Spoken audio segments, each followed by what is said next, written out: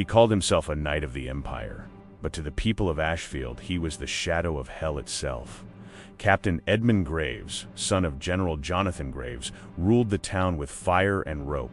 He ordered men flogged for speaking of liberty. He made widows kneel in the dust to beg for mercy he never gave. He laughed as barns burned and children cried, calling it the price of loyalty. Have you ever seen dignity stripped away before your eyes? Have you ever felt powerless to stop injustice? Stay with me until the end. In the summer of 1772, under the crimson sky of Virginia, the people of Ashfield lived not as citizens, but as prey. The British banners that claimed to bring order only spread humiliation, betrayal, and fear. Yet among the ashes of that fear, something sacred began to stir: the hunger for freedom. What you are about to hear may shock you. It is the beginning of a struggle that would cost blood, honor, and sacrifice. And it all began with the cruelty of one man and the awakening of many. Welcome, my fellow patriots. From which city are you watching today? Check if you're already subscribed, give this video a like. And now, let's begin our story. The moon hung pale and broken over the ruins of Ashfield when Thomas Wren stumbled through the ashes of his barn. The night smelled of smoke and despair. His hands were blistered, his breath heavy with dust. Among the blackened timbers, something glimmered, a scrap of parchment half buried in soot. When he pulled it free, the faint scent of iron struck him. Blood. The ink had run with it. The words were trembling, written by a hand that had already accepted death. They took my sons, said they would teach them loyalty. They screamed for mercy until their voices broke. If God still sees us, may he turn his face from the tyrants who wear his name. It was signed Eleanor Briggs. Thomas knew her. Every soul in Ashfield did. Her husband had been hanged in the square, accused of treason for giving bread to the local militia. Now her letter, her last cry for dignity, lay in his hands like a fragment of a dying prayer. He pressed it to his chest and felt something shift within him. Not hope, not yet, but rage. The kind of rage that carries purpose. He saddled his horse before dawn, his wife begging him to stay, the children watching in silence. They burned our home, he said. What more can they take? And into the black road he rode, carrying the letter that would soon be known as the letter of blood, beyond the river. In the old mill prison, Captain Isaac Mercer waited for the day they would hang him. Once a leader of the local militia, he had refused to kneel when the British tacksmen demanded his harvest for the crown. They broke his ribs, chained his wrists, and called him traitor. Yet when Thomas slipped the letter through the bars that night, Isaac's eyes changed.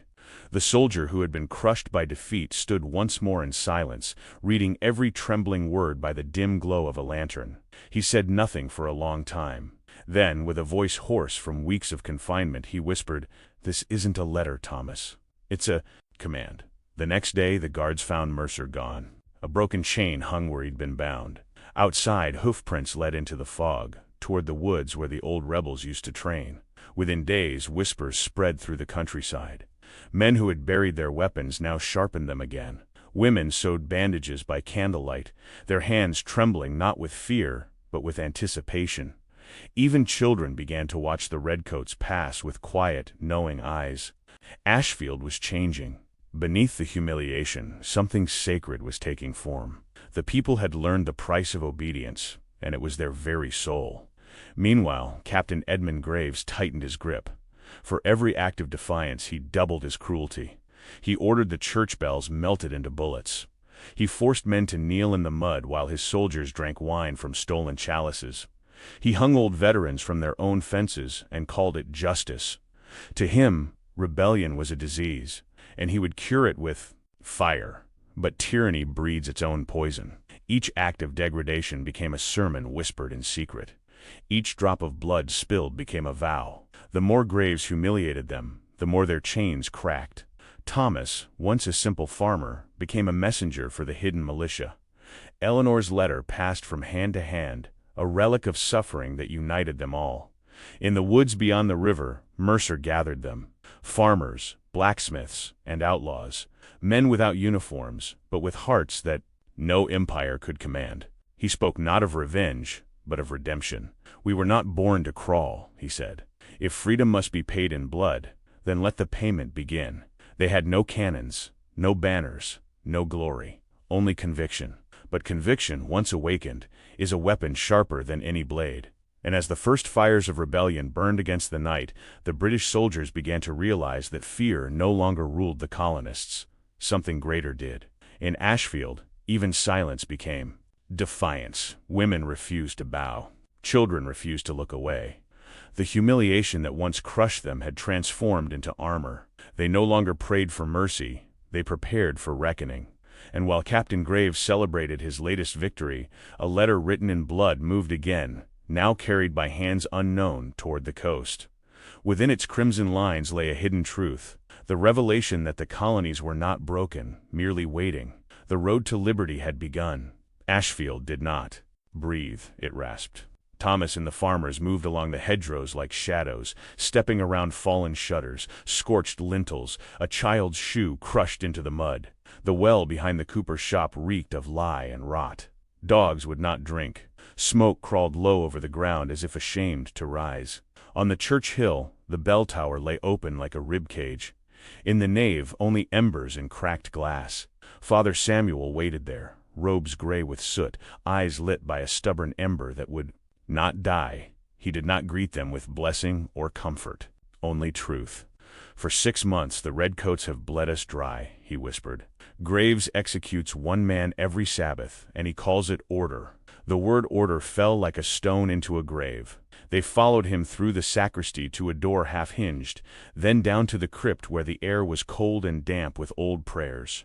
Names were carved into the brick by trembling hands, some with dates, some with the word "forgive." Father Samuel showed a stack of linen soaked in vinegar for the wounded, a jar of salt for mouths that could no longer swallow bread. "The hall is full," he said. "Colonial militiamen beaten to bone and rope. Dawn." That last word did not ring like warning. It rang like a deadline in God's ledger. Thomas felt the familiar ache of insult, the same sting that began when his barn went to cinders.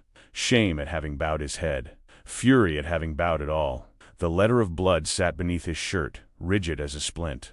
Against his ribs, Mercer would come. He had to, but the path between night and sunrise was narrow, and Graves had filled it with iron. In the square, a British banner hung like a taunt. Merchants from the coast, fat with king's contracts, counted coin on a table where beggars once received alms. Their voices were smooth, perfumed with London gin. A nobleman's agent argued over the price of confiscated wheat while a gaunt grandmother watched from a doorway, empty bucket in her hands. She did not curse, she did not plead. She stood with a dignity that rebuked them more than any shout. One redcoat flicked ash toward her feet and laughed. Another kicked over a pail just to hear the clatter. Word reached them before twilight's edge. Captain Edmund Graves had ordered a gallows built from the pews that survived the fire. He called it efficiency. He called it discipline. He called the condemned vermin. He called the spectacle a lesson in loyalty. Father Samuel's jaw tightened at that. "Loyal to what?" he said. "To a crown that eats its own?" They slipped from ruin to ruin, counting centuries and measuring the wind. Decisions condensed into breaths. Which alley held less moonlight? Which door creaked most? Which soldier beat his hands against the cold, and which kept them firm around his musket? Struggle sharpened into a craft. One farmer, Elias, carried a pitchfork as if it were an heirloom blade. Another, Ruth's eldest, wore her father's militia coat turned inside out to hide the faded blue. They did not have grandeur. They had resolve. In that night-black ledger, resolve was currency. At the town hall, the windows were boarded, but voices leaked out dry, cracked, refusing to break. A hymn, broken into pieces. A name repeated as if repeating could keep a man from vanishing. Thomas pressed his ear to the wood and heard a whisper he knew. Isaac Mercer. Low, commanding even in chains, counting the guards by footsteps, marking the rhythm of their mockery. Thomas's throat tightened. Rebellion had a pulse, and he could feel it through the grain. They retreated to the cemetery wall, where the yews hid them from the officers' lanterns. Father Samuel opened his palm. In it lay a ring with a hidden catch. "The vestry key," he said. "There's an undercroft beneath the hall. Old smugglers once used it to slip brandy past the taxman. A passage was bricked up after the last raid. Stones are loose now. Revelation travels on quiet feet. Sometimes the hidden path was not a road but a memory. Thomas wanted to rush to tearboards, to strike. Betrayal ran hot through his veins, the betrayal of treaties signed with contempt, of promises used like snares. He pictured Eleanor Briggs putting her name to paper with bloody fingers and felt the old shame harden into purpose. But Father Samuel spoke again. "If you go loud, they will hang the prisoners before you cross the square." Silence, then, an instrument as sharp as steel. The journey from rage to discipline is a narrow bridge. He stepped onto it. Down the slope, a patrol clattered past. An officer in a plumed hat scolded a farm boy for looking at the stars. "Eyes down," he said. "The heavens belong to gentlemen." The insult landed heavier than the boot. Arrogance like that cannot imagine consequence.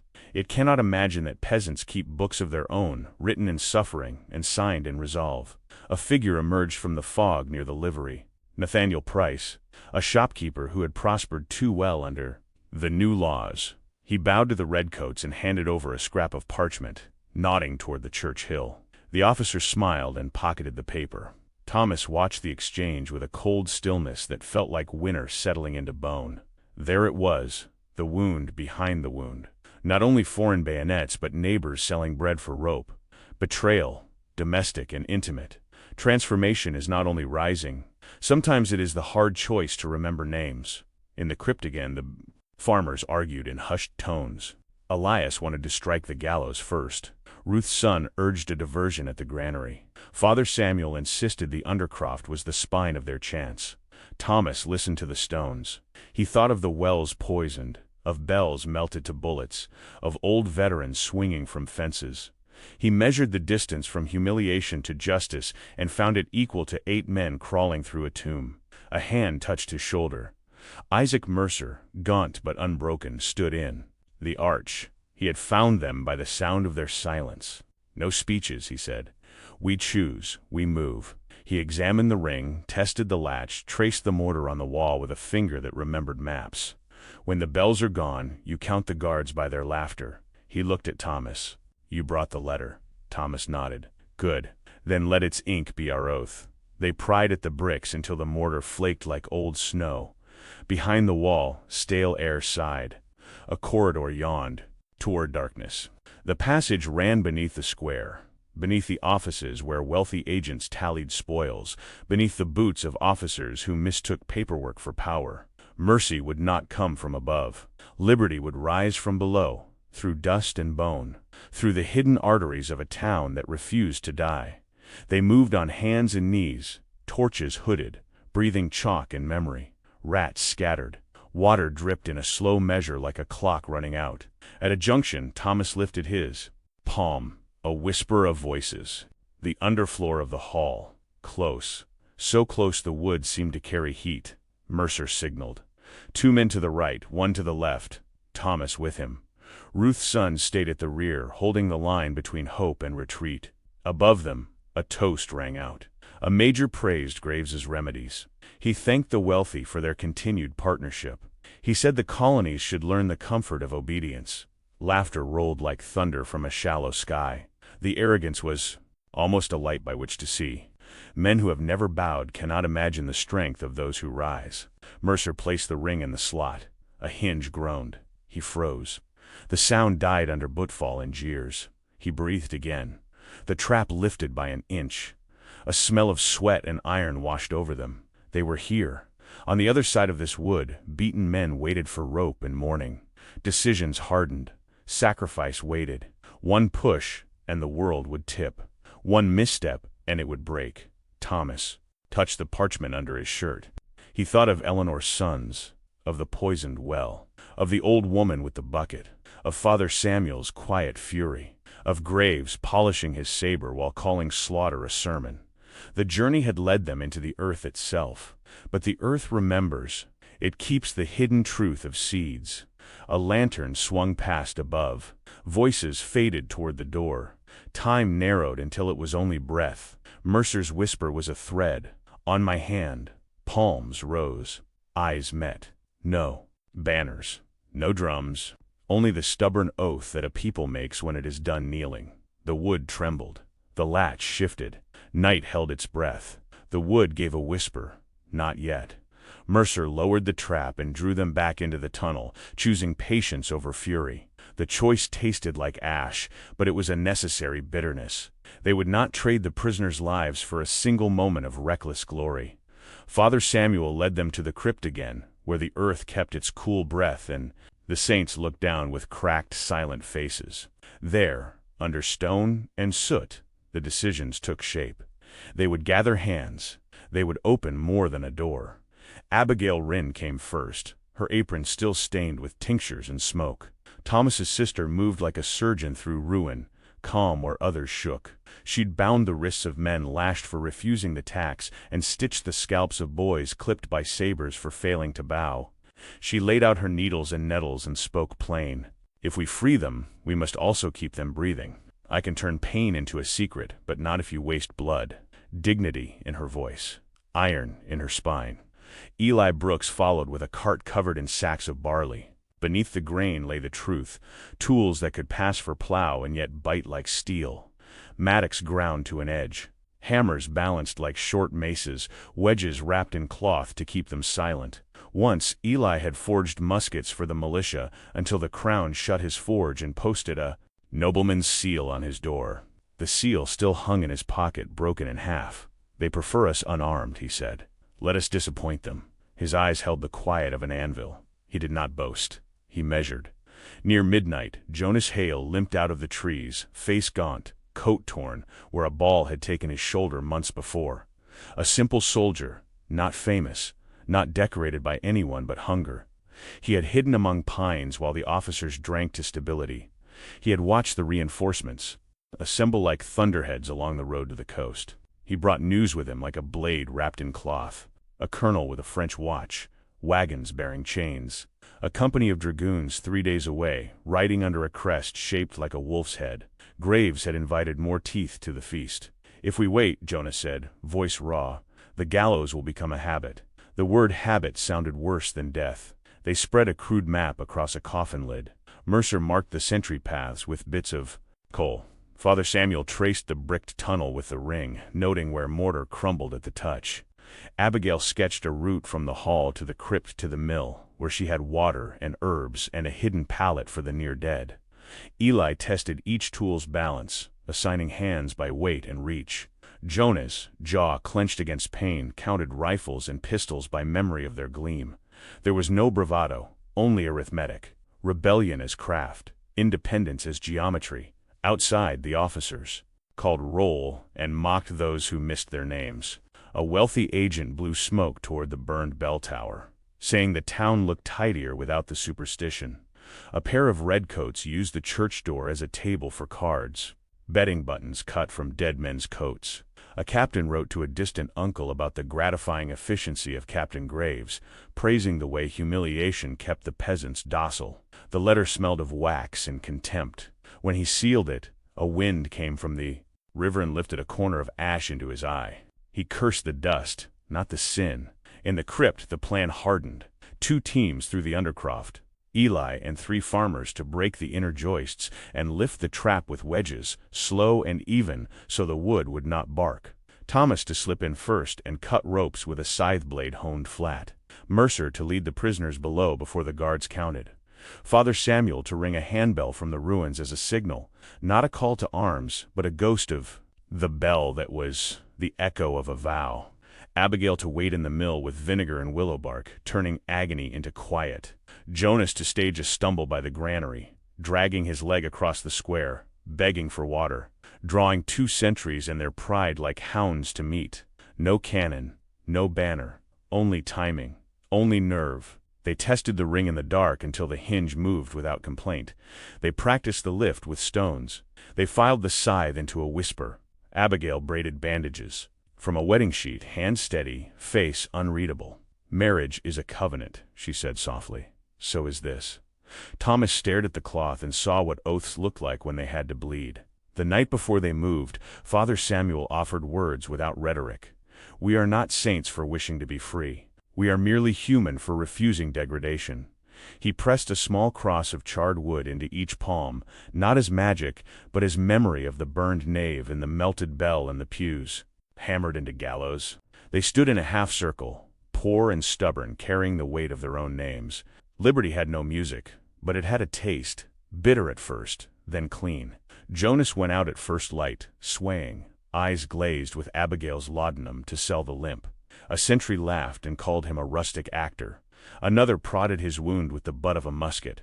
Mockery slipped into carelessness, and carelessness into a gap. The gap was all they needed. Eli moved then, quiet. Shoulders set, wedges kissed wood. Thomas breathed once, twice, then slid under the lifted panel like a shadow poured into a crack. Mercer followed, body coiled, spirit colder than pity. The underfloor smelled of rope, rust, and stale fear. Inside the hall the prisoners sat with their backs to one another, hands bound, mouths cracked. A young militiaman mouthed a prayer without sound. An old farmer stared at the wall and traced a circle with his thumb, the last loop of a plow he'd never push. Again, Thomas's blade found the first knot.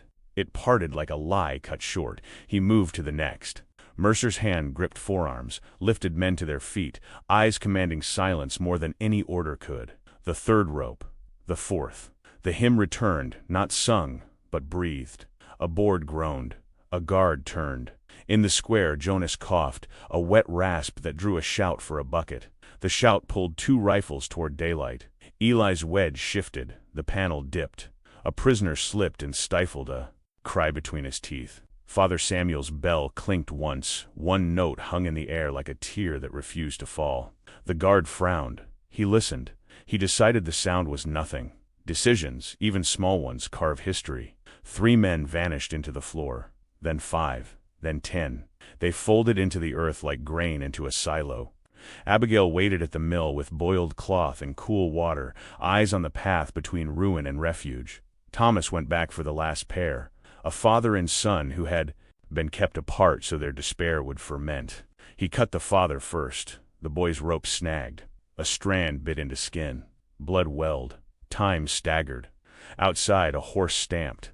Inside, Mercer's eyes flicked to the door. Betrayal traveled on hooves, an officer returning early, or a courier with a seal, or a traitor with a grin.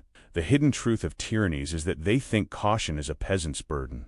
Sometimes it rides late. Sometimes it rides early. Thomas sawed the last fiber without mercy. He lifted the boy and felt how little he weighed. Shame burned at the back of his throat. Not at the theft. At the delay that had cost those ribs their meat. They lowered themselves into the dark as the latch settled back into place. The undercroft breathed them in. The corridor swallowed footsteps. Liberty slid along stone. Under the church hill, Abigail's lantern marked the world again. She set bones with hands that never trembled. Eli braced the door and kicked straw over the mud. Jonas finally drank water and let the cup rattle against his teeth, the only sound of his weakness. Mercer counted the rescued twice, then a third time, as if arithmetic could keep men from vanishing. He did not smile. He nodded once. The gesture held more than triumph. It held duty. Father Samuel wrapped the last pair of wrists and whispered a psalm that had survived fire. Outside, the officers bickered about the price of seized tobacco. A wealthy merchant complained that the peasants were not sufficiently grateful for British protection. A lieutenant flicked mud from his boot onto the threshold of the shattered church. He did not see the footprints that led underground. He did not imagine a journey he did not control. They had taken the men from the noose, but Ashfield was not yet reclaimed. The gallows still stood in the square like a prophecy carved into wood. The wells still lay bitter. The banner still mocked. Graves still polished his saber and rehearsed his remarks for dawn. Reinforcements still marched with dust at their heels. The transformation had begun, but the cost stood waiting with its ledger open. The town exhaled once and held it. Somewhere beyond the river, a wolf-head standard moved through pines. The conspirators looked at one another in the mill's dim light, faces smeared with soot, eyes bright with something that was not victory and not fear, resolution, tempered by grief. They had crossed the first threshold. Another rose ahead, taller, crowned with iron. Mercer turned the broken seal in his palm and let it fall into a bucket. It rang like a small bell, not an ending, a summons to what must follow. Right. The flame of freedom lives in me. Sun rose like a blade pulled from a sheath, cold and bright and meant to cut. Captain Edmund Graves stood on the gallows timber and called the town to witness his sermon. He wore polished leather and contempt like armor. The wealthy agents flanked him, powdered wigs, perfect faces bored. Redcoats lined the square in neat rows, muskets bright as teeth. They dragged out a boy with straw in his hair and frost on his breath. Nathaniel Reed, barely 16. A farmhand whose only weapon had been a banner stitched in a kitchen where bread should have been rising. "Let this vermin remind you what rebellion costs," Graves said, lifting his saber so the sun could drink it. The sword flashed, the whip cracked. The boy fell as if the earth had decided to swallow mercy first. Something inside Ashfield tore. It didn't sound like a cry. It sounded like rope parting. Thomas felt the world tighten behind his eyes. Isaac Mercer stood beside him in the shadows of a scorched arcade, jaw iron, hands ice. Eli Brooks clenched a hammer until his knuckles blanched. Father Samuel gripped a charred cross until ash stained his palm. Jonas Hale pressed his shoulder to the wall and breathed through the old wound, eyes fixed on Graves with a soldier's silence. Abigail Rynn was not in the square. She waited in the mill with bandages and willow bark, knowing what dawns like this harvest. Graves wiped his blade on the boy's coat as if cleaning a tool. He spoke of loyalty as a gentleman's virtue. He called the colonists soil people, good for plowing and taxes. The merchants laughed softly, like patrons at a cruel play. A lieutenant paraded the rebel banner through the mud, then tossed it into a trough fouled with lye. A little girl reached for Nathaniel's hand, and a soldier kicked dust in her face. Dignity trembled, then rose. Mercer's voice barely lifted above breath. No more. 2 words. A verdict. They had intended another night raid. Patience, not thunder, but patience died with the boy. Decisions shifted. The plan transformed to meet an hour that would not wait. Father Samuel stepped from the arcade and crossed himself in plain sight. He walked to the shattered doorway of the church and lifted the tiny handbell he had kept from the ruins. He rang it once, not for show, for memory. Sound like a heartbeat returning, a redcoat snorted. No bell in this graveyard. He raised his musket toward the priest. Eli moved first. A hammer flew and found the gunman's wrist. Bone yielded. The musket fell, discharged into the air, and the square shattered into motion. Jonas seized the fallen weapon with his good hand and fired low, shattering a sergeant's knee. Thomas surged from the arcade with the scythe blade he had honed to silence and cut the rope from Nathaniel's throat. Too late to return breath, just in time to deny the spectacle. He lifted the boy like an oath and placed him gently by the steps. "Forgive us," he said, and fury learned how to walk. Mercer did not shout. He moved like a winter storm, quiet and absolute. He took a sword from the first officer, foolish enough to rush him, and gave it back point first, clean and final. "Shields," he said, and men raised doors torn from hinges, lids from grain chests, rough planks joined by nails. Muskets barked. Splinters flew. Pain bit. They held. Graves descended the platform with a predator's calm. He uncoiled a riding whip and cracked it across Thomas's cheek as he passed, not to kill, but to insult. Blood stung. Thomas did not step back. The whip came again, singing the old tune of degradation. Thomas caught it with his left hand and yanked. The captain smiled with a wolfish, noble ease and let the whip go to draw steel. The saber whistling a perfect circle meant to leave peasants in pieces.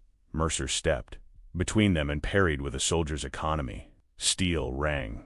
Sparks spat. No flourishes, only intent. Off to the side, the merchant scurried toward safety, stuffing ledgers into coats as if numbers could shield them.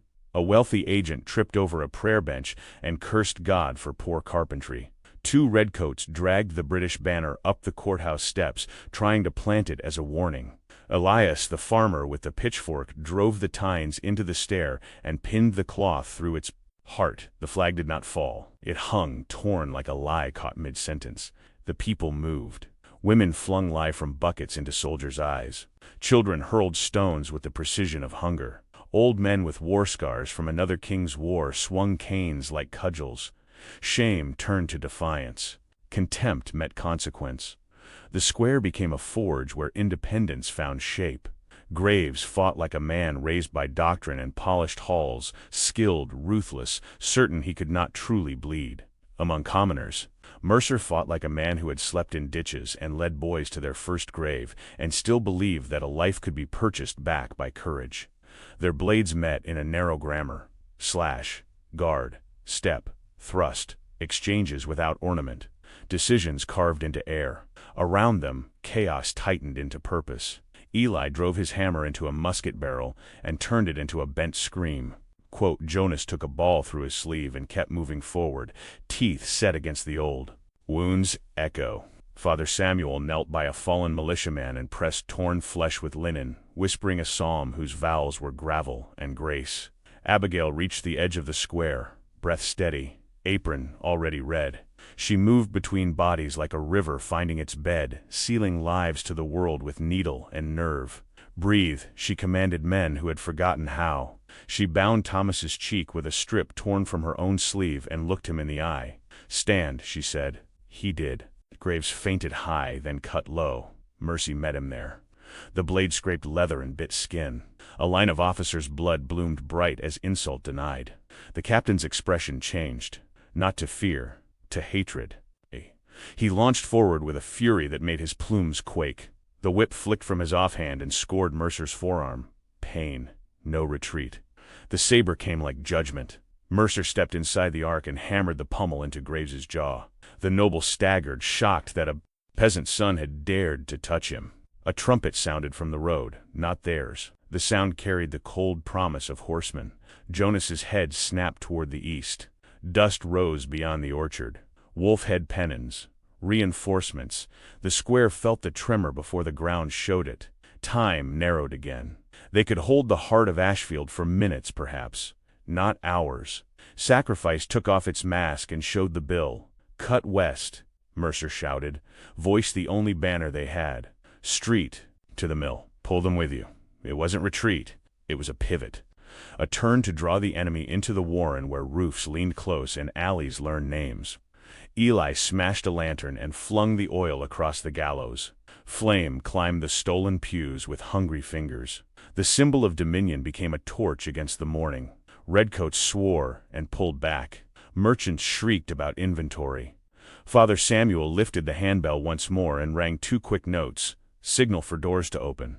And they did. Poor houses, broken shutters, hidden hands. Thomas covered the rear with the scythe blade and Nathaniel's banner, rescued from the trough and wrung out, grief shining on the cloth. He held it high, not as triumph, but as vow.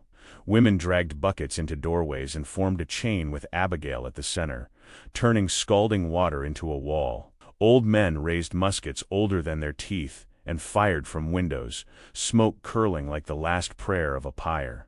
Graves gathered his officers near the courthouse and pointed his saber toward the mill. Fury made his commands crisp. He promised promotions. He promised a correction so severe that London would toast it.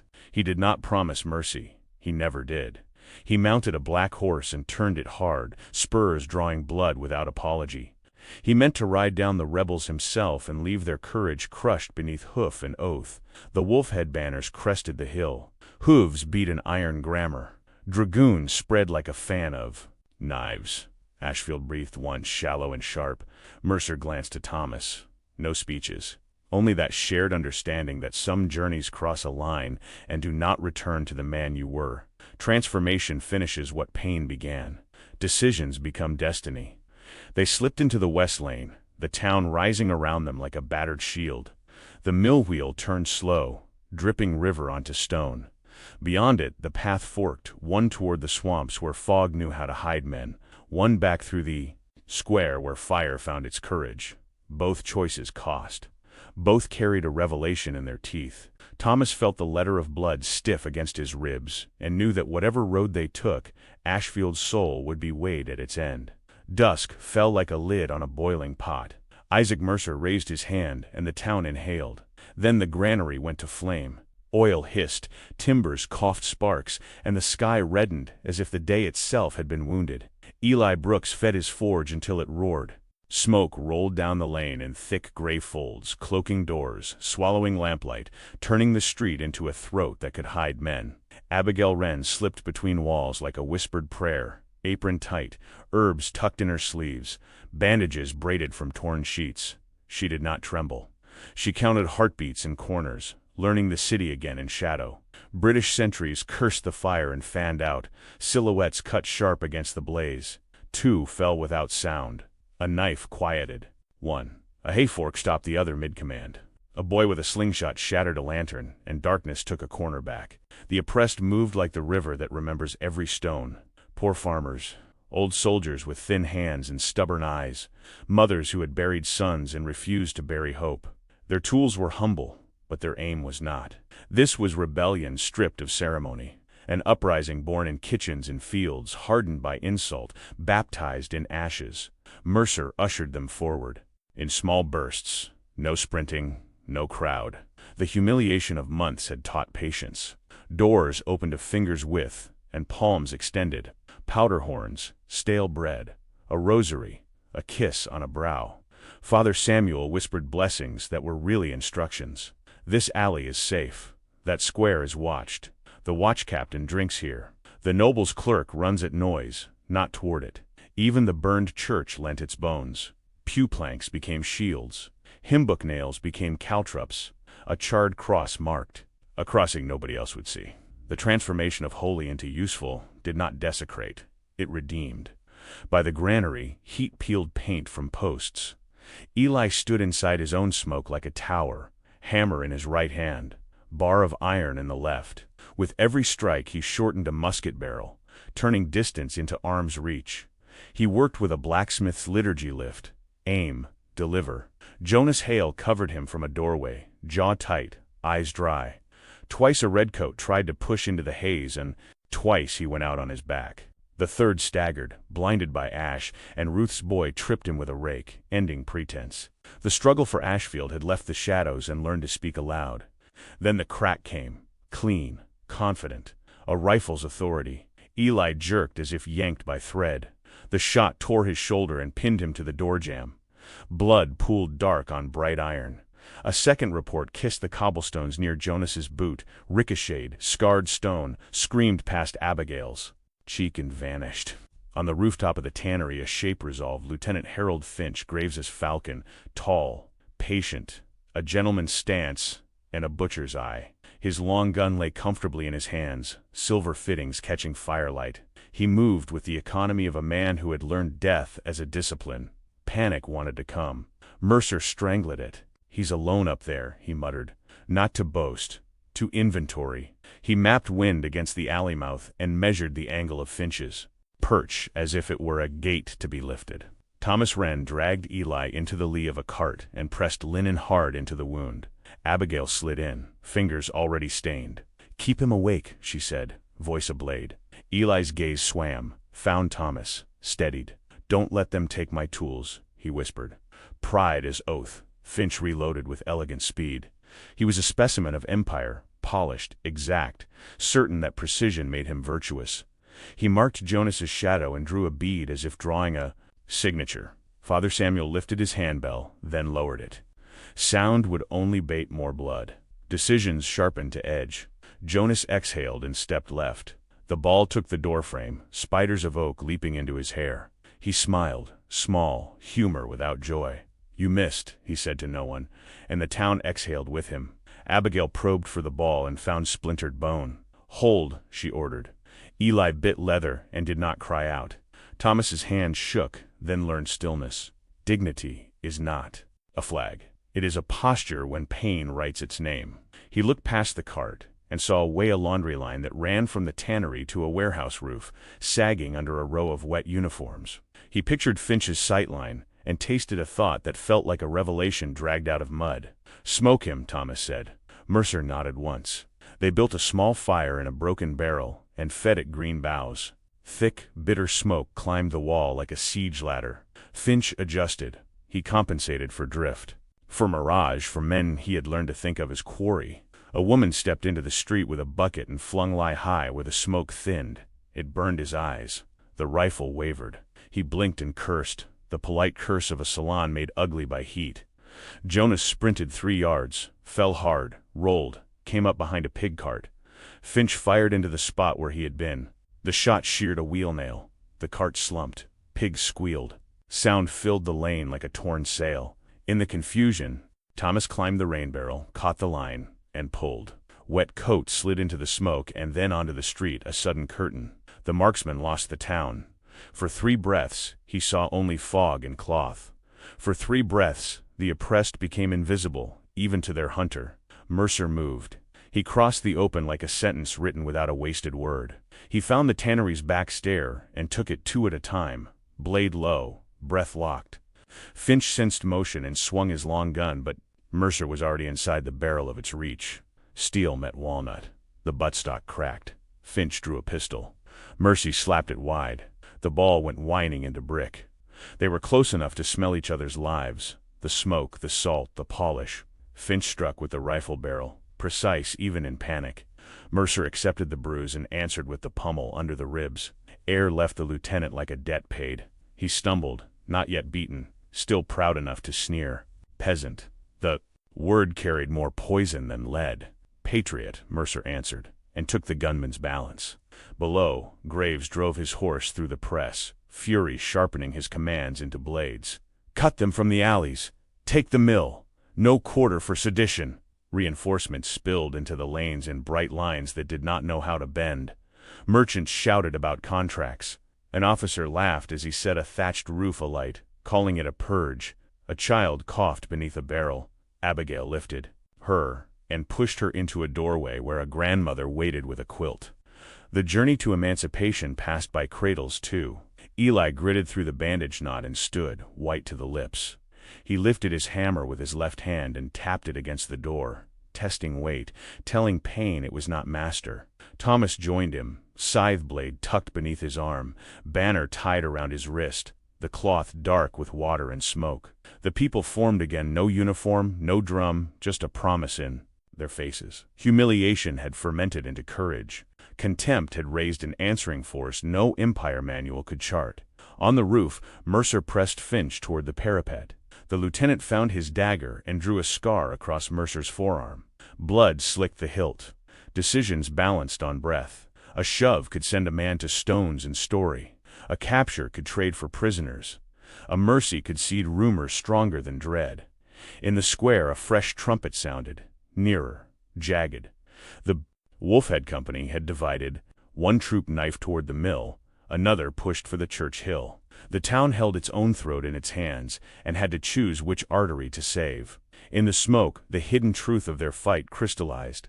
This was no brawl for bread. It was a reckoning for name, for place, for the right to stand upright under a sky not owned by titles. Freedom was not a prize to be given. It was a condition to be made at cost. Sacrifice waited like a collector at every corner. Every step forward asked, "What will you give?" Every corner answered, "More." Father Samuel rang the handbell twice, quick, not a call to spectacle, a code. The west lane choked. The mill path opened. Abigail pointed with her chin, both hands busy binding. Jonas nodded and started that way, calling 3 names that still had breath in them. Thomas met Mercer's eyes across distance and smoke. No speech passed. Only a judgment they would carry. Which lives to move, which line to hold, which fire to let burn as warning, and which to drown to spare a child's lungs. The night took a long breath, holding men and choices in its fist. Above, steel scraped stone. Below, boots hammered cobble. Ashfield's heart beat against a wall of uniforms and oaths. Somewhere beyond the blaze, a stream ran cold and unbothered, as if reminding them that dawn still existed and would ask what they had done with it. Smoke tore at the throat as Isaac Mercer stepped into the square with a musket he'd ripped from a fallen guard. Lieutenant Harold Finch faced him at 20 paces, hat tilted, coat immaculate, eyes like polished glass. No words. The town spoke for them, shutters rattling, flames licking the gallows, a child sobbing behind a barrel. Mercer lifted his piece and felt his wound reopen. Finch leveled his rifle with a gentleman's poise, humiliated by the chaos, insulted that peasants had forced him to sweat. 2 oaths met in the air and set their teeth. Flint sparked. Hammers fell. The crack doubled. One note split into pain. Finch jerked and folded, a neat collapse that looked almost polite. Mercer stayed upright, then staggered with a wet breath and a hand pressed to his ribs where a red flower opened through torn linen. Thomas caught him under the arm. Stand. A request turned command. Mercer gripped Thomas's wrist. eyes fierce. "Lead them," he said, words ironed flat so they would not tremble. "Forward." No grand speech, just a transfer of weight from a wounded captain to a farmer who had learned to carry more than plows. The rebellion shifted on a single sentence. They pushed toward the courthouse while the dragoons regrouped in the east lanes. Eli Brooks, pale and bound tight by Abigail's work, shouldered a door like a shield. Jonas Hale took the stairs 2 at a time, jaw clenched, musket low. Father Samuel moved at Thomas's back with a handbell tucked inside his robe, a small heart ready to ring in storms. The front door splintered. The smell hit first iron and vinegar and a sweetness that meant rot. British order had a perfume. Inside, Graves had built a theology of degradation. Racks oiled and waiting, shackles shining like temple silver. A flag draped along a wall, its edge brown with dried blood where it had been used to stanch a wound or mock it. Ledgers lay open on a desk, crisp handwriting noting confessions, corrections, deliveries. Mercy had not been administered here. Obedience had. Jonas spat on the floorboards and whispered a name. Through his teeth, that was not a prayer. A sound rose from the deeper room, thin as thread. Thomas forced the next door and found her chained to a beam, hair matted, face bruised, eyes bright with a fire that refused to gutter.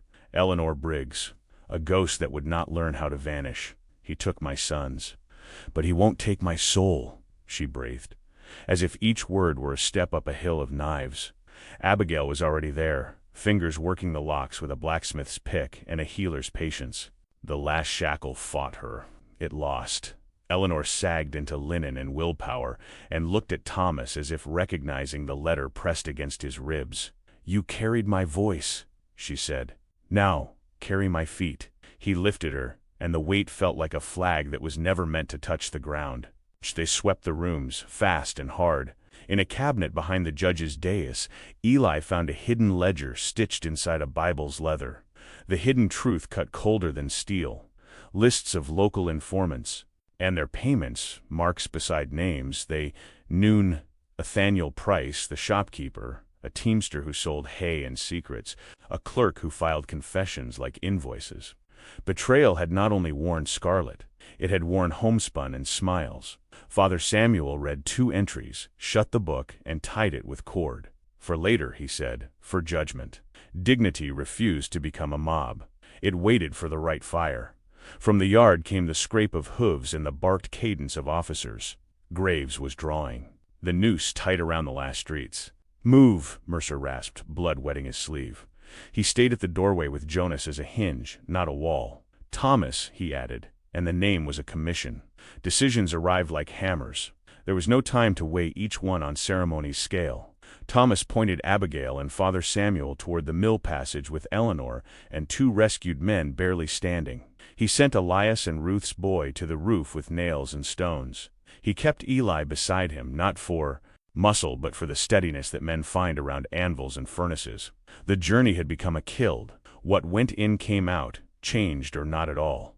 A troop of redcoats poured into the yard, stepping with that officer's arrogance that turns murder into method. The first rank lifted muskets. Thomas snapped his door shield up and felt shot hammer through oak and stop in his shoulder like the touch of a cold hand. He did not fall. Eli stepped out and swung his hammer into the second man's jaw with a sound that shut the yard for a heartbeat. Jonas fired from the threshold and reloaded by feel, his face a mask carved from night. Mercer breathed shallow and counted. 1 volley, 2. "Now," he said, and they surged. They were not soldiers. They were something older. Men who refused to kneel. Women who stitch skin and destiny with the same needles. A priest who knows that sanctuaries move. A town that has been taught contempt and has learned reply. In the hall, they drove the enemy back step by step, turning furniture into barricade and rope into trap. A corporal tripped on a ledger and went down. Thomas took his sword, then chose not to kill. He pinned the man with a knee and bound his hands with the same cord that had held Eleanor. Choice is a nation's first border. Graves entered through the east door as if the building belonged to him. In his world, it did. Blood flecked his plumes. Rage sharpened his smile into a blade. He saw the flag stained, the racks abandoned, the prisoners gone, the ledger tied. He saw Thomas with Eleanor in his arms and understood that the spectacle he had planned had been stolen. Humiliation to a tyrant is a sacrilege. His gaze found Mercer. "You," he said, voice calm as poison. "You die first." Mercer straightened with effort and raised his sword. Thomas felt the pull of two forces: carry Eleanor toward shelter, or stand in that doorway and spend himself to buy a heartbeat more. Sacrifice hovered, counting. Eleanor's fingers dug into his sleeve. "Not yet," she whispered. "Get me the light." Her dignity was not a statue. It was motion. He moved. The corridor narrowed into a dark throat where the floor dipped and the wall sweated old salt. Abigail led, lantern hooded, steps quick. Father Samuel kept the rear over Eleanor's shoulder, murmuring a psalm that sounded like a soldier's cadence.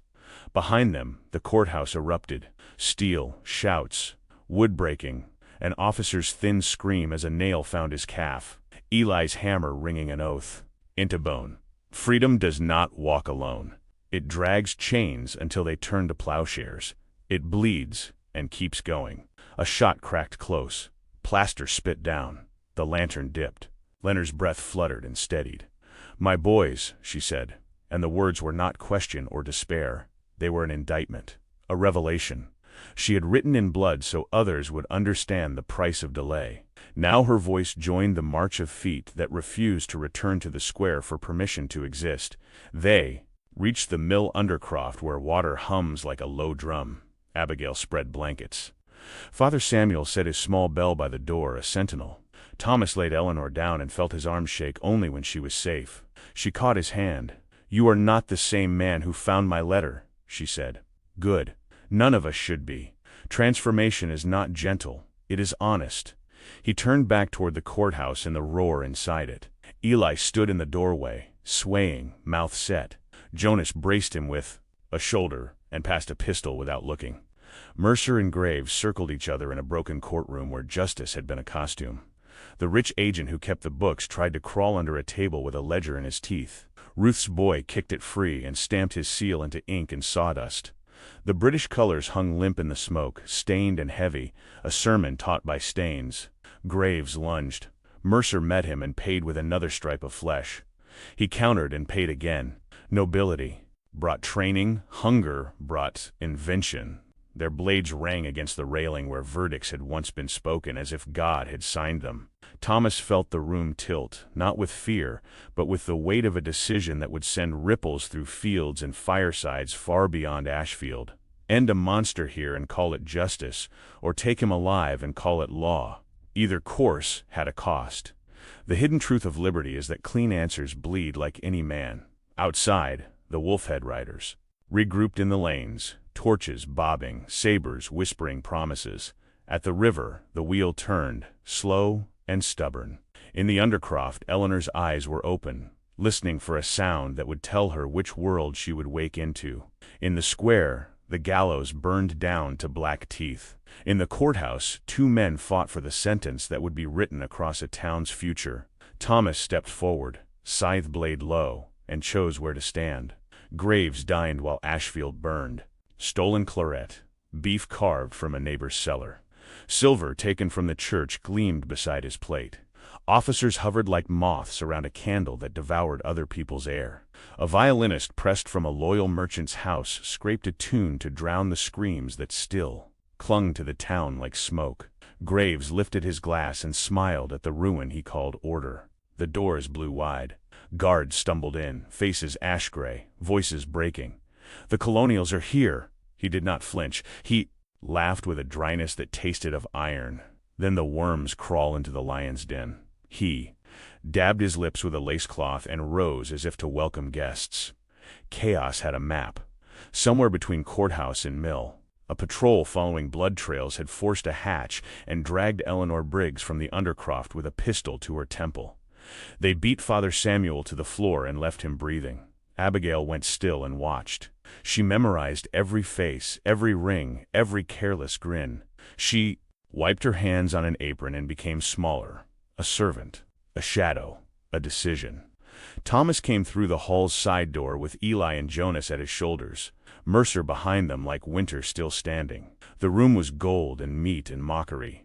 Graves stepped from the head of the table with a predator's grace and pulled Eleanor tight to his chest. Steel pressed her throat. "You think rebellion gives you dignity?" he hissed. You're nothing without the crown. He tilted his head toward the flag. Above the hearth, stained and proud, this is the sun. You are moths. Thomas raised his empty hand. No bluff, no plea. Choice carved his voice down to stone. Let her walk. Eli shifted his weight, white-faced but steady. Jonas tracked the balcony with a pistol, knowing officers liked height. Mercer's breath rasped, but his eyes stayed clear. He marked the guard by the door, and the angle of the hearth, and the cloth draped across the chair. Legs small things, a survivor reads as scripture. From behind Graves a voice rose quiet, then hard. For the children you buried in silence. Abigail Wren stepped from the servants' alcove with a kitchen blade that glinted like a swallowed star. Her apron still bore the brown of tinctures. Her eyes had no tremor. She did not aim for spectacle. She aimed for tendon. The cut opened the captain's sword arm, deep and mean. Blood leaped. The saber clanged. Eleanor tore free, stumbling into Thomas's arms with a gasp that was more prayer than breath. Graves turned with a sound that had no word. He backhanded Abigail, but she had already moved. The knife nicked him again, a second mouth in his flesh. He lunged. She dropped beneath the arc and vanished under the table like water finding depth. Officers shouted. One fired wild and killed the violin, the string shriek cutting the room in half. Mercer crossed the distance with economy and hit a lieutenant's wrist. Bone cracked like kindling. Jonas put a ball into the candelabrum and sent wax, raining onto redcoats who suddenly forgot angles. Eli swept a platter through a face and followed with his hammer, left-handed, precise. Thomas pulled Eleanor behind an overturned chair and lifted the scythe blade back into the light. The flag over the hearth watched like a spoiled god. Graves recovered faster than men who live by comfort should. He took a second sword from a loyal major and advanced with noble fury. He moved to kill Abigail. Thomas moved to stop him. Their blades met in a grammar born of hunger and contempt. Graves sneered at the rough steel. Farm iron. Thomas answered with a cut that rang truth. American iron. Sparks leapt and died on silk. The hall writhed. Chairs became shields. Bottles became fire.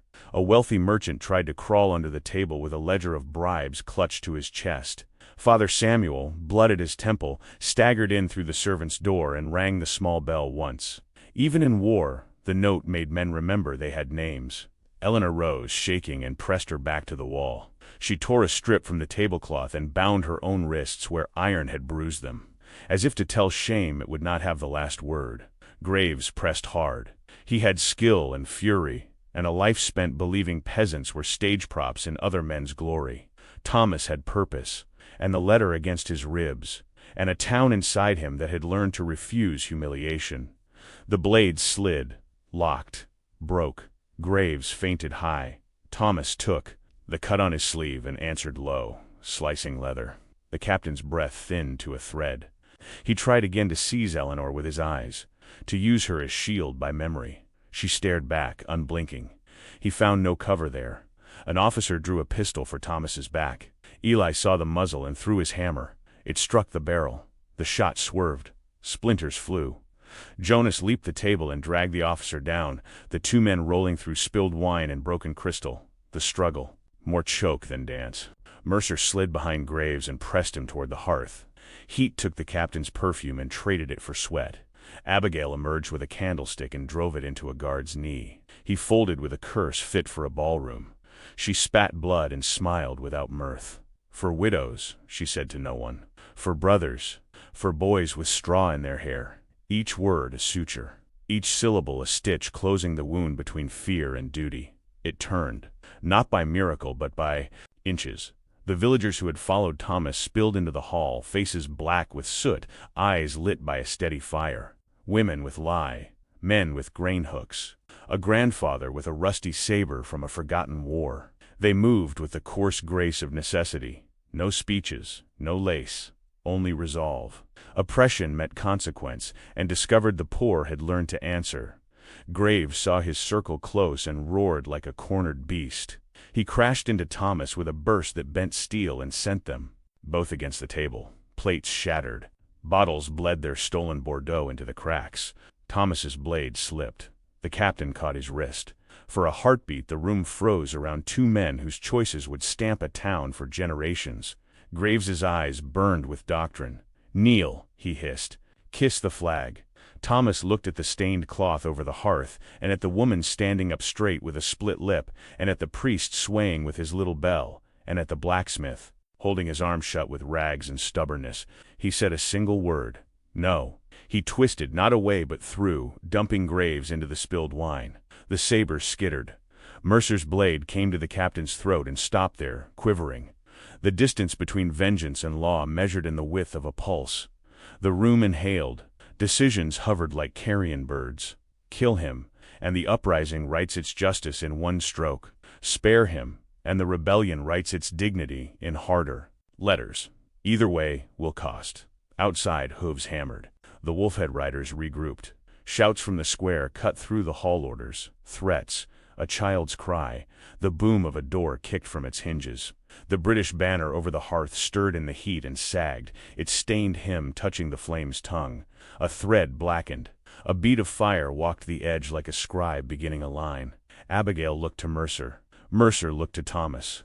Eleanor, pale and unbroken, touched the shackled bruises at her wrists and raised her chin. The hidden truth of liberty pressed its weight upon them, that independence is not a single blow, but a chain of choices that binds you to who you must become. The hall waited for a verdict while the night outside sharpened its teeth. Comment: I stand with the Patriots. Ashfield rose like a storm that had learned its own name. Widows tied kerchiefs tight and gripped cleavers. Servants snapped broom handles into spears. Mothers wrapped their palms and took axes from woodpiles fashioned for winter, not war. They poured into the square with faces set and eyes bright, moving through smoke in fear, as if crossing a river at flood.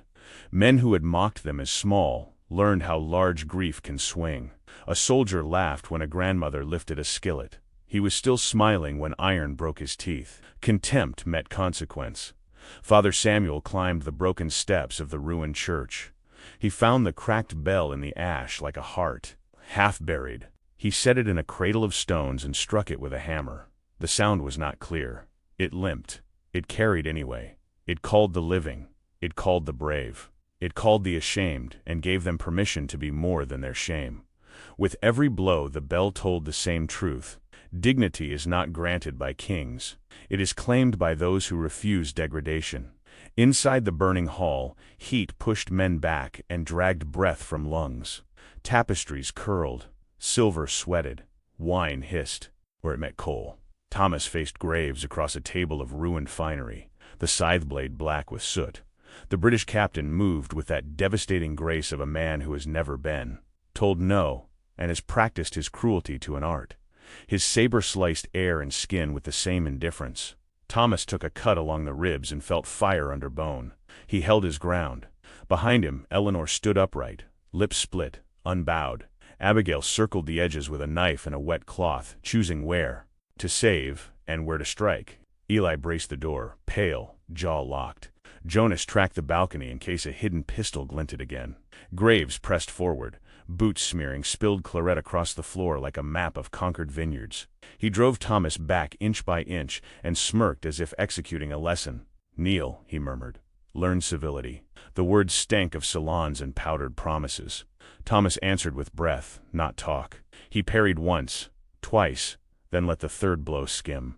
Stepping inside the ark and driving his shoulder into the noble's chest, for a heartbeat the saber lost its poem. The man held it lost his certainty. Then heat flared, and the captain's rage returned. He feinted high, rotated his wrist, and cut for the throat. In the square the women split ranks with instinct. Some formed a wall, ladles and hatchets flashing. Others dragged wounded into doorways and thrust rags into hands that still shook. A girl no older than Eleanor's youngest had been took. The British flag that had fallen from the courthouse and stomped the stained edge into the mud. A young officer reached for her hair. Abigail's voice cut the air from the hall's doorway. Try. He didn't. That, too, was a decision. The bell kept ringing. Each strike stitched courage to cowardice, making a single cloth. The poor surged. The simple militiamen, too long called rabble, took positions by barrels and lintels, and fired not as a line but as a people who had learned the town's veins. Merchants who had fattened on royal contracts crouched behind crates and whispered about indemnities. They clutched ledgers like charms. No column could shield them from the ledger Ashfield had started to keep. Back in the smoke, Graves's saber came like winter. Thomas felt the tip graze his throat and tasted metal on his tongue. One more inch. Then a sound cut through flame and masonry. A cough of powder. A single shot uttered by a body almost finished with breath. Isaac Mercer, half dead, belly to the cinders, sighting along a musket braced on a broken chair. He did not shout. He did not pray aloud. He simply decided. The ball crossed the room and found the red heart under fine cloth. Graves jerked as if yanked by the earth itself. The saber fell from his hand and sang once against tile, then died. He stared at the blood with a kind of puzzled insult, as if it had betrayed him by being his. He tried to curse but found no music for it. "You, vermin," he whispered, the old sneer. Emptied of power, he sank, knees folding into the mud and wine, eyes losing their right to command. The captain who had called himself a lion learned how silence judges a tyrant. He collapsed, not like a hero, but like a man who had spent his soul on other people's pain, and found the account closed. For a heartbeat everything stopped. The flames still crackled. The bell still limped its call. But the room held its breath with Graves on the floor. Then the town exhaled. It was not applause. It was not relief. It was a rough, aching sound. The noise a chest makes when a weight leaves and the ribs remember how to lift. Thomas lowered his blade. He did not cheer. He looked at Mercer, who was already trying to rise. Abigail slid to Isaac and pressed cloth into the leak at his side. "Don't move," she ordered.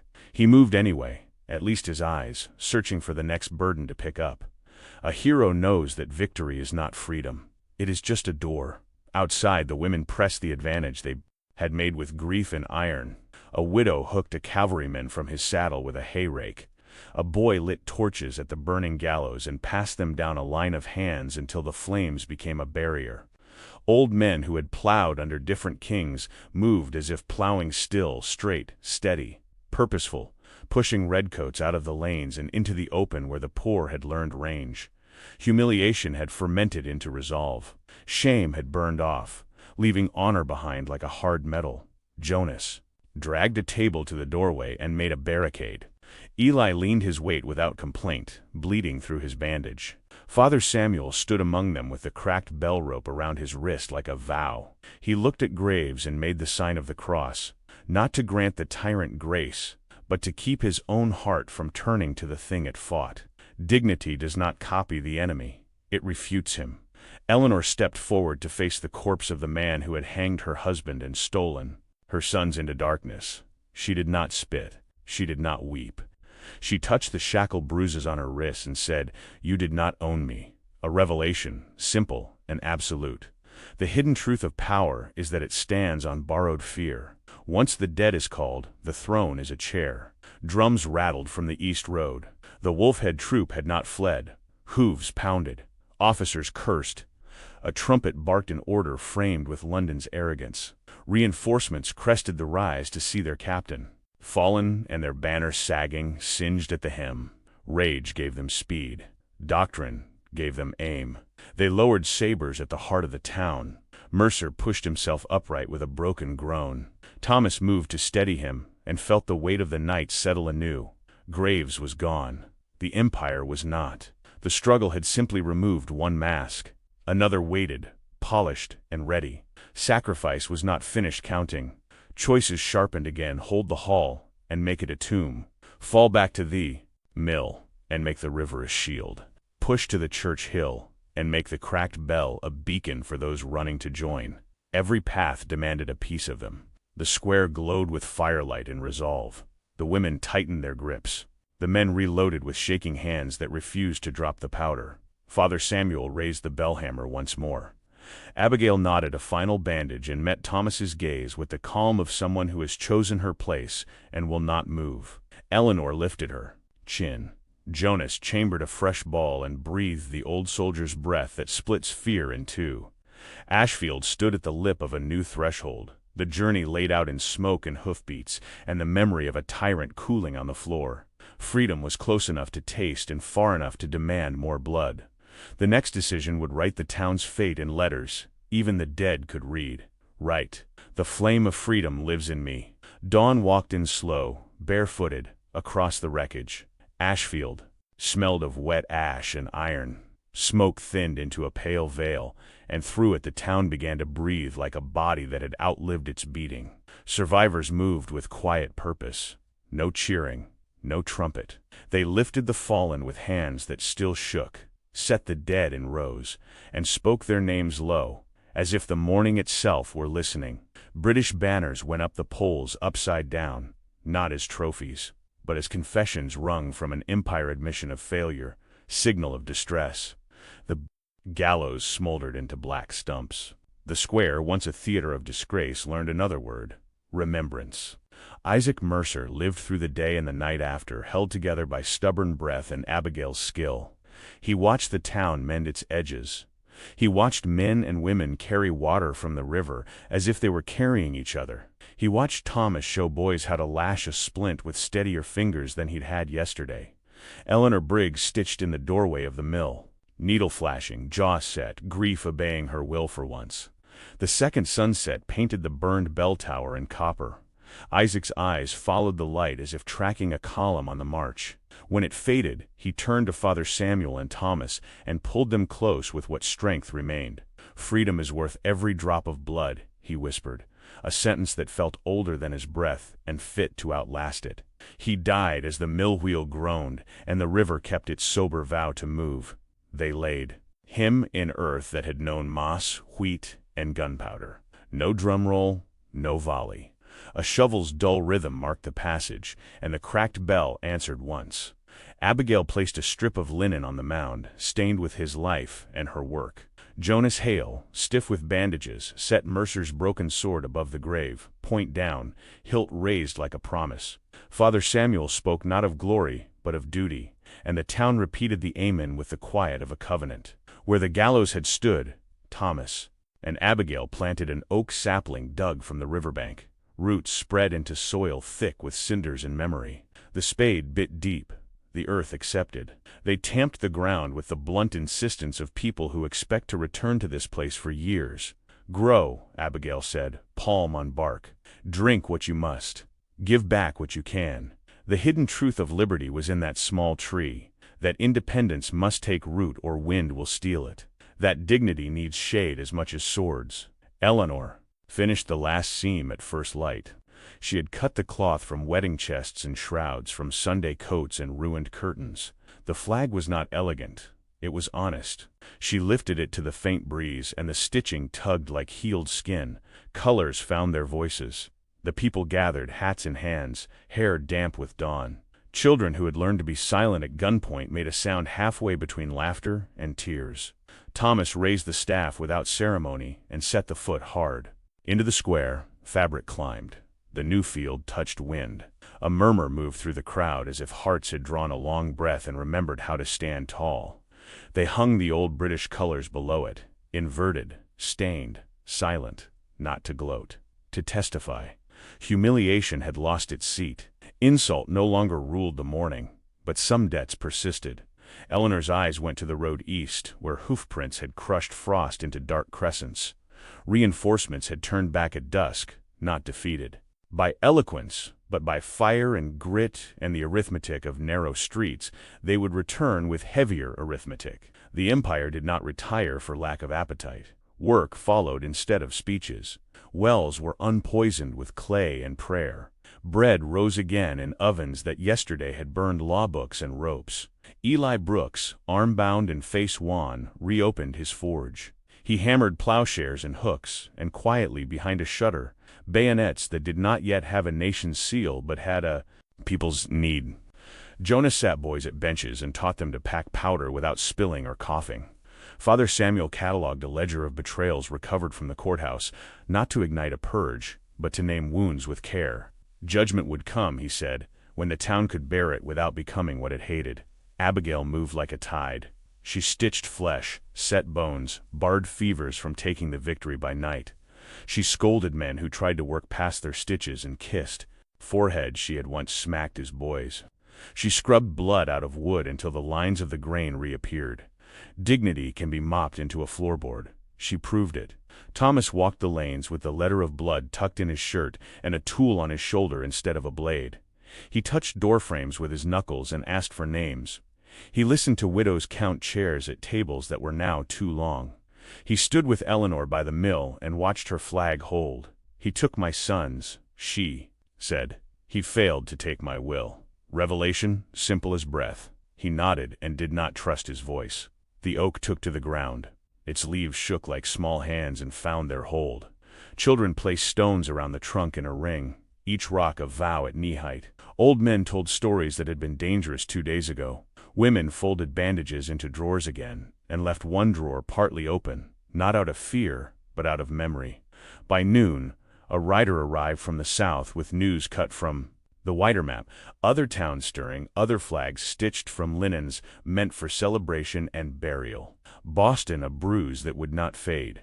A meeting in Philadelphia whispered into being. A Congress, a word heavy with decisions. The revelation came to Ashfield as both comfort and weight. This was not an end. This was entrance. The journey had only shifted from alley to field, from one tyrant's name to a system's face. At dusk, they set a table in the square where the gallows had shadowed there. Days, not a feast. Bread, broth, cider. They left an empty chair for Mercer, and another for those not yet home. Father Samuel blessed the loaves and said, "Let us eat like free people." And in the small clatter of bowls, a nation rehearsed itself. They passed cups. They argued softly about fences and widows and the price of nails. Independence is built from the ordinary made brave. Night drew its veil. The new flag moved like a slow breath in the dark. From the east came the faint roll of artillery far away, not aimed at Ashfield, not tonight, but near enough to teach the ear a new alphabet. The people did not flinch. They listened. They weighed. They tied bundles in case they must march. They banked fires and checked watchposts and set a lantern by the oak. The road out of town no longer felt like exile. It felt like the start of a campaign. Eleanor slept at last, needle in her palm. Abigail laid a blanket over her and stood a while, watching the line of stitches tucked along. The hymn. Jonas cleaned a musket by lantern, then looked at the stars and remembered men who had not lived to see them unclaimed. Eli quenched a final iron and locked his door with a hand that trembled only after the bar slid home. Thomas sat on the courthouse steps with the letter against his heart and the future at his feet. He wrote Mercer's name into a small book and left space after it, not his absence, but his road. Wind moved through the square and turned the flag to face the river, the oak. Leaves whispered like a council in session. The cracked bell rested on its stones, silent now, waiting for a hand that would call again, not to mourning, but to duty.